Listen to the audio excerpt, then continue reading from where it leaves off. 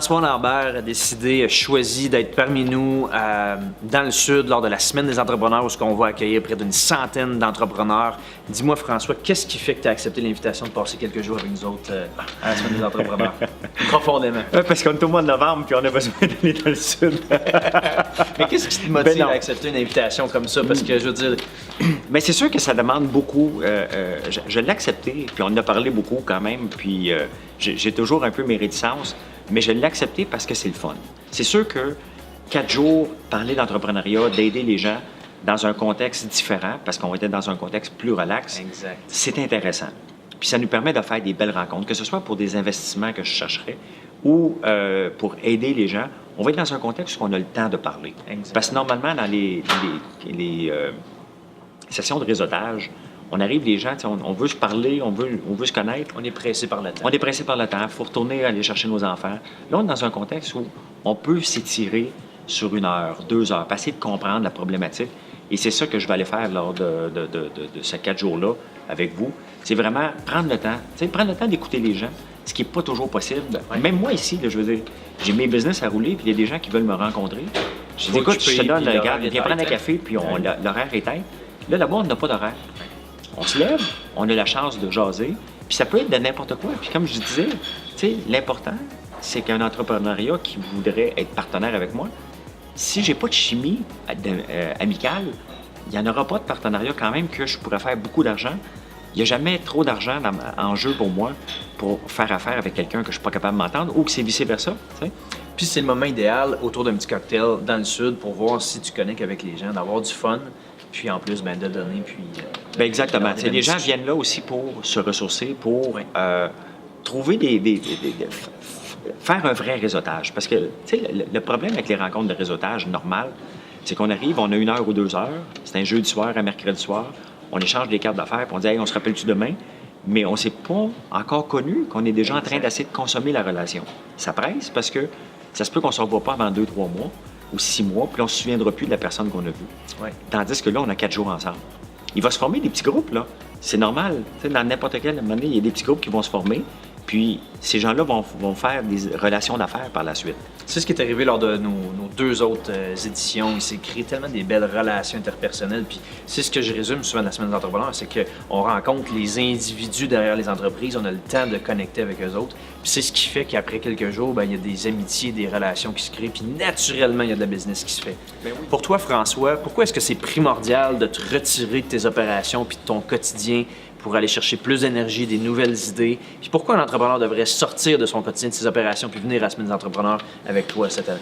Bien, j'ai lu un livre à un moment donné qui s'appelle « How Creativity Works ». Et ce livre-là m'a éclairé de beaucoup parce que c'était mon style de vie. Parce que moi, j'ai besoin de me retirer constamment de mes entreprises. J'ai besoin d'aller faire le vide, ne serait-ce qu'à d'aller courir. Et n'importe quand j'étais en mode croissance dans toutes mes entreprises, à un moment donné, je dis, regarde, le chapeau va sauter, il faut que j'aille courir. Et c'est là qu'on trouve souvent les meilleurs moments parce que on pousse tellement notre cerveau lorsqu'on cherche une solution à un problème, parce que c'est ça un entrepreneur, ça cherche toujours une solution à un problème. Puis des fois, on ne la trouve pas. Que ce soit un bug dans notre logiciel, que ce soit de la façon qu'on fait nos affaires, ça ne décolle pas, puis on ne le trouve pas.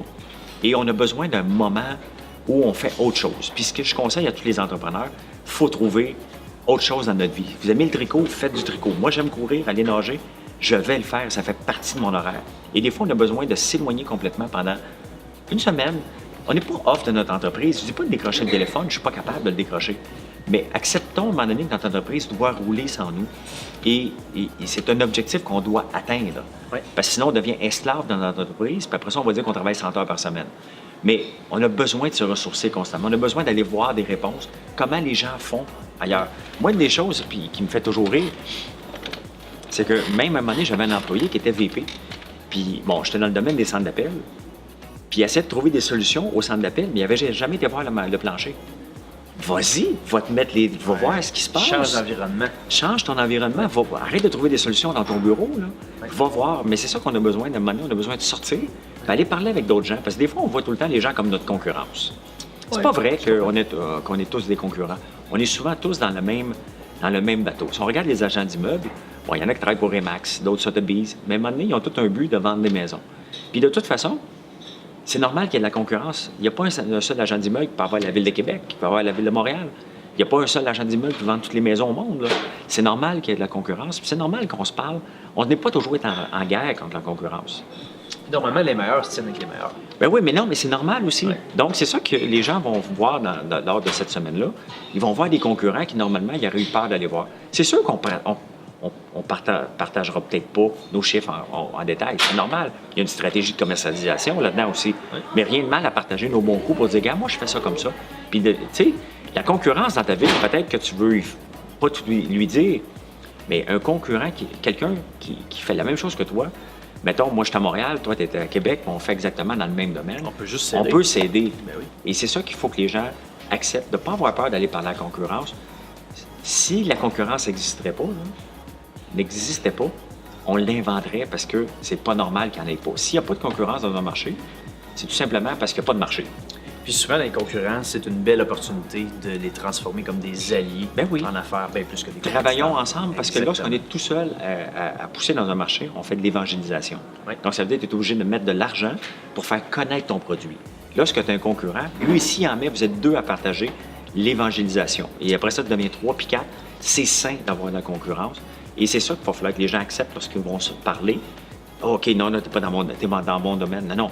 Va chercher les meilleures pratiques. Allez ensemble, voir comment vous pouvez pousser plus fort que les autres concurrents qui sont pas à la semaine. Ceux qui sont là vont pouvoir bénéficier de l'effet de groupe. Ceux qui ne sont pas là, bien, les absents ont toujours tard. Ben Par oui, la suite. parce que, tu sais, n'importe quand qu'on va dans le Sud, à toutes les fois, on a toujours des amis du Sud. On dit, hey, on va se rappeler. Ouais. Puis des fois, on se rappelle pas parce que on était juste des amis du resort. tu sais. Ouais. On se revoit peut-être une fois ou deux, mais ça continue pas. Tandis Ça que dure là, pas. dans cette optique-là, tout le monde a un même but. Tout le monde sont des entrepreneurs ou des entrepreneurs en devenir. Ouais. Et ils viennent pour essayer de trouver, d'accélérer. Tu sais, qu'est-ce qu'on cherche d'un mentor? Qu'est-ce qu'on cherche de ces sessions de réseautage-là? Ouais. C'est de trouver la carte de trichage, le cheat sheet qu'on dit. Le Joker. Le Joker qui va nous faire passer du point. Tu sais, des fois, pour. Mettons, propulser plus pour jouer à des rapidement. jeux en ligne, Ouais. on va en ligne puis on dit je peux avoir tricher, passer du niveau 1 au niveau 20. Bien, c'est ça que ça permet ces semaines-là. C'est de passer du niveau 1 de notre entreprise ou du niveau 4 et l'amener peut-être au niveau 8 et 9 rapidement parce qu'on va on va avoir le temps de parler avec des gens sur la façon de faire leur vente. Tu sais, c'est important. Tout le monde doit être vendeur.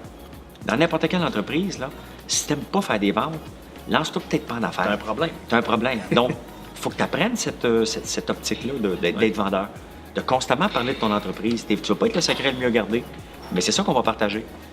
Comment on le fait? Comment ça se déroule? Comment ne pas être harcelé le monde, mais comment faire sûr que ton message passe constamment? Que quand il voit, supposons, Olivier, il dit « OK, Olivier fait ça. » Voit François Lambert, il fait ça. Il peut m'aider dans Il tel peut m'aider domaine. dans telle chose et de pas demander « Qu'est-ce que tu fais, toi, Olivier, toi? » Tu sais? Ouais. Tu fais quoi dans la vie, donc?